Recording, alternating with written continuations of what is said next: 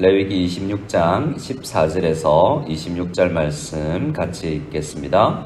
그러나 너희가 내게 청종하지 아니하여 이 모든 명령을 준행하지 아니하며 내 규례를 멸시하며 마음에 내 법도를 싫어하여 내 모든 계명을 준행하지 아니하며 내 언약을 배반할진대 내가 이같이 너희에게 행하리니 곧 내가 너희에게 놀라운 재앙을 내려 폐병과 열병으로 눈이 어둡고 생명이 쇠약하게 할 것이요 너희가 파종한 것은 헛되리니 너희의 대적이 그것을 먹을 것임이며 내가 너희를 치리니 너희가 너희의 대적에게 패할 것이요 너희를 미워하는 자가 너희를 다스릴 것이며 너희는 쫓는 자가 없어도 도망하리라.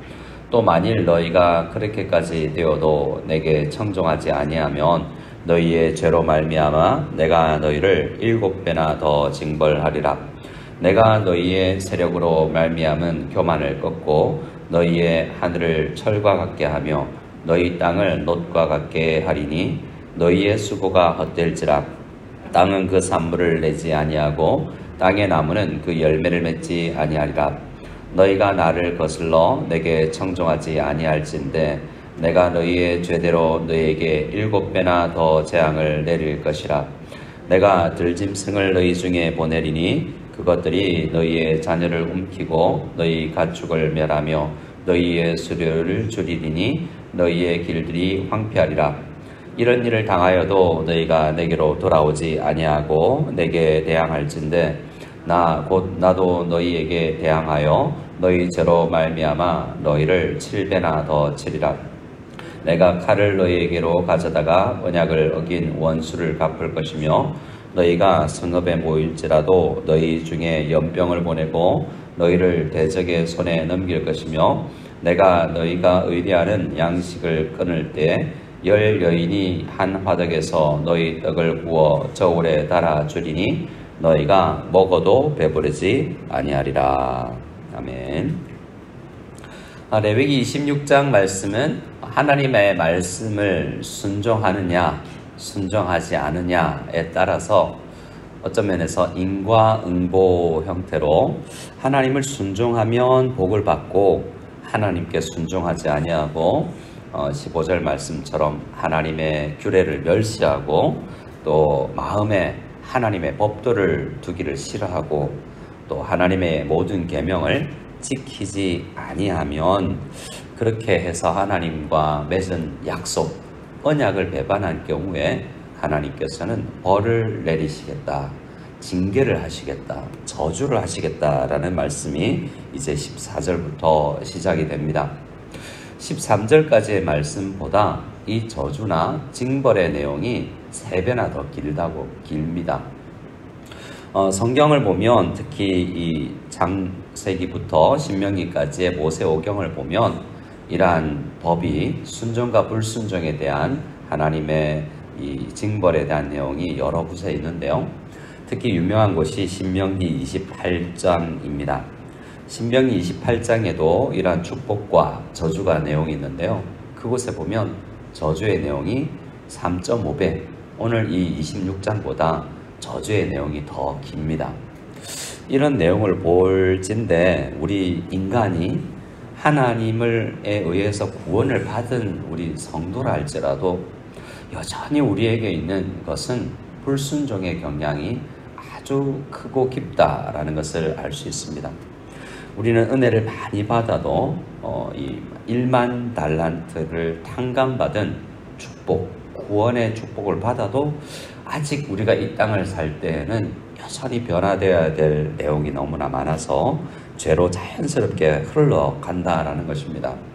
그래서 너무 무섭다라기보다도 인간의 부패가 이토록 크고 강하구나라는 것을 생각하고 하나님께서 이렇게 말씀하시는 것을 보고 나 괜찮은 사람이다 라고 하지 아니하고 다윗을 보아도 이 말씀을 하나님께서 미리 주신 말씀을 보아도 우리의 상태가 이렇구나를 생각하고 어떻게 이 죄된 상황에서 하나님 앞에 복을 받을지 잘 묵상해 나가야 되겠습니다.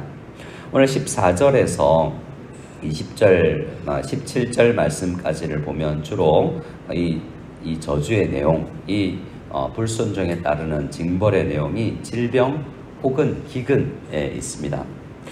하나님께서 주시는 것 가운데 우리를 위해서 질병을 주실 때도 있다라는 것입니다.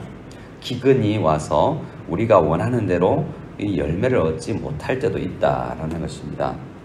대표적으로 병을 알아서 우리 16절에 보면 눈이 어두워지고 생명이 쇠약해진다라고 이야기하는 것이죠. 잘 볼 수도 없고 또 일어날 힘도 나지 않는 이러한 질병으로 인한 힘 빠짐의 현상이 있을 것이다 라는 것입니다. 하지만 우리가 오늘 이 징벌, 저주를 내용을 볼 때에 하나 더 생각해야 되는 것은 꼭 모든 징벌이, 모든 질병이 불순종의 결과는 또 아니다라는 것도 알아야 됩니다. 우리뿐만 옆에 있는 우리 성도들이 어떤 질병을 겪으면 저 하나님 앞에 불순종했나 보다 라고 생각할 수는 없다라는 거죠. 우리가 잘 아는 것처럼 욥 같은 경우에 때로는 우리를 낮추셔서 때로는 우리를 더 강하게 만들기 위해서 고난을 주시는 경우도 있다라는 것을 생각해야 됩니다. 하지만 기본적으로 나에게 닥칠 때, 나에게 어떤 질병이 오거나 나에게 어떤 쇠약함이 오거나 뭔가 일을 해도 기근으로 인해서 다 없어질 때 그때 하나님을 생각할 수 있어야 되겠습니다. 자, 그리고 18절 말씀 보면 그 징벌의 내용 중에 가뭄과 흉년이 주로 더 강하게 말씀이 되고 있습니다. 19절 말씀에 보면 마치 하늘과 땅이 하늘을 철과 같게 하고 땅을 놋과 같게 한다라는 말은 물기 하나 없다라는 것이 않습니까? 바위보다도 딱딱한 흙을 어떻게 짜내면 거기에 물이 나올지라도 이 철이나 놋은 물이 침투할 수도 없고 내부에 물이 수분이 포함되어 있지도 않은 것이지 않습니까?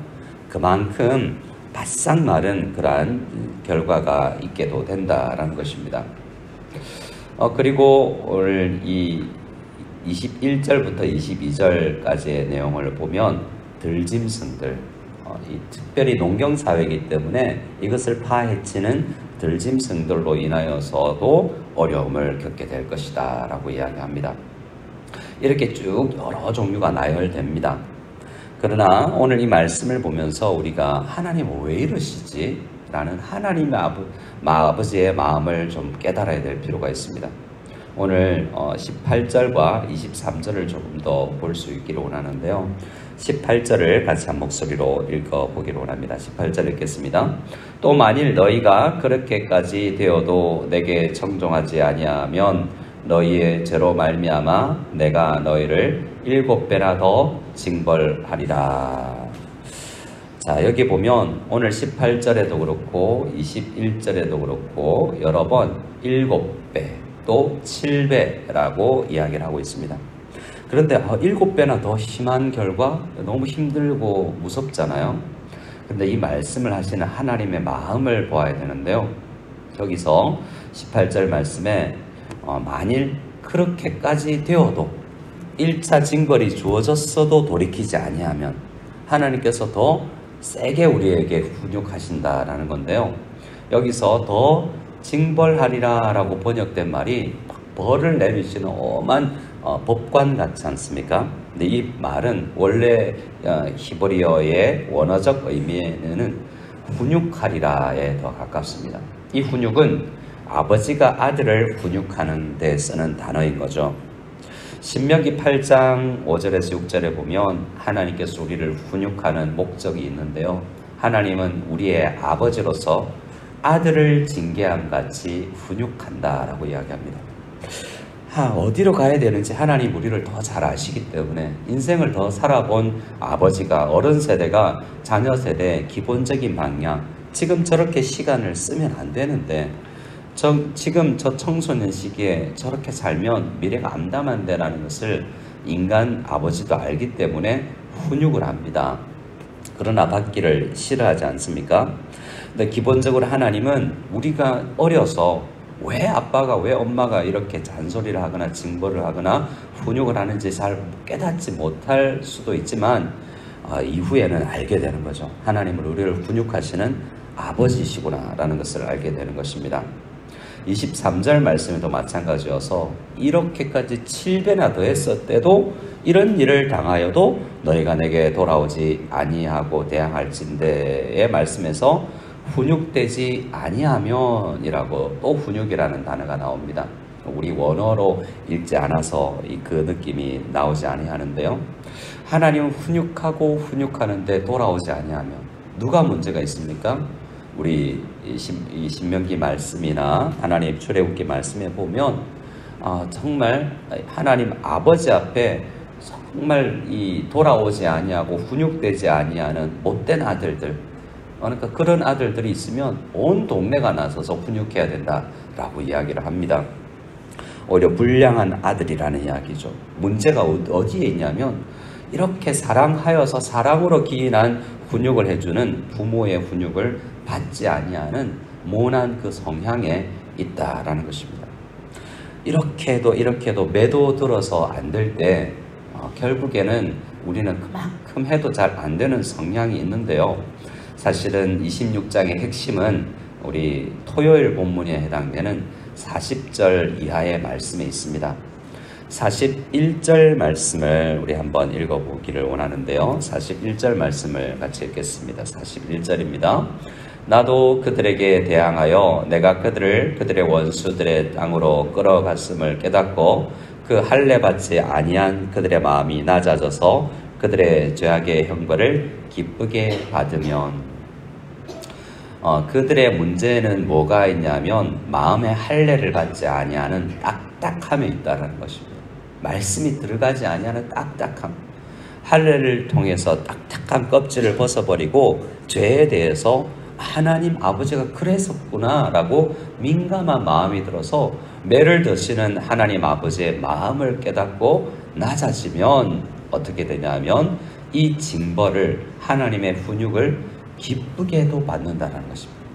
왜 때려요 하고 눈을 부릅뜨는 것이 아니라, 그렇지, 아버지가 나를 사랑해서 이렇게 매를 드시는구나 하고 그 훈육을 겸손히 기쁘게 받아들일 수 있다라고 이야기합니다. 43절에도 마지막에 자기 죄악의 형벌을 기쁘게 받으리라 라고 이야기합니다. 우리는 연약해서 넘어지고 쓰러집니다. 그럴 때 하나님께서 매를 드시면 나를 사랑해서 돌아오게 하시려는 거구나 라고 생각하고 기쁘게 받고, 물론 아프지만 기쁘게 하나님 품에 안길 수 있습니다. 누가복음 말씀에 보면 둘째 아들이 아버지의 것을 다 받아가지고 도망하여서 먼 나라로 가서 허랑방탕하여서 쓰고 다 없어졌을 때 아버지를 떠올립니다. 그때는 이제 그전에는 아버지가 보이지 않다가 아버지가 보이는 것입니다. 오늘 우리가 어떤 형편에 있든지, 매맞는 중이든지 가난하든지 뭔가 하늘이 그리고 땅이 철과 같고 녹과 같은 상황이라고 여겨질지라도 하나님 아버지를 떠올리시고 하나님 품에 안기고 매맞고 나서 붕면 아들 아팠지 라고 이야기하고 우리를 위로해 주시고 또 생을 살아갈 힘이 솟아날 걸로 믿고 아버지 품에 안기는 이 아침이 다 되고 기쁘게 주님 품에 안길 수 있는 우리 모두가 될 수 있기를 간절히 소원합니다.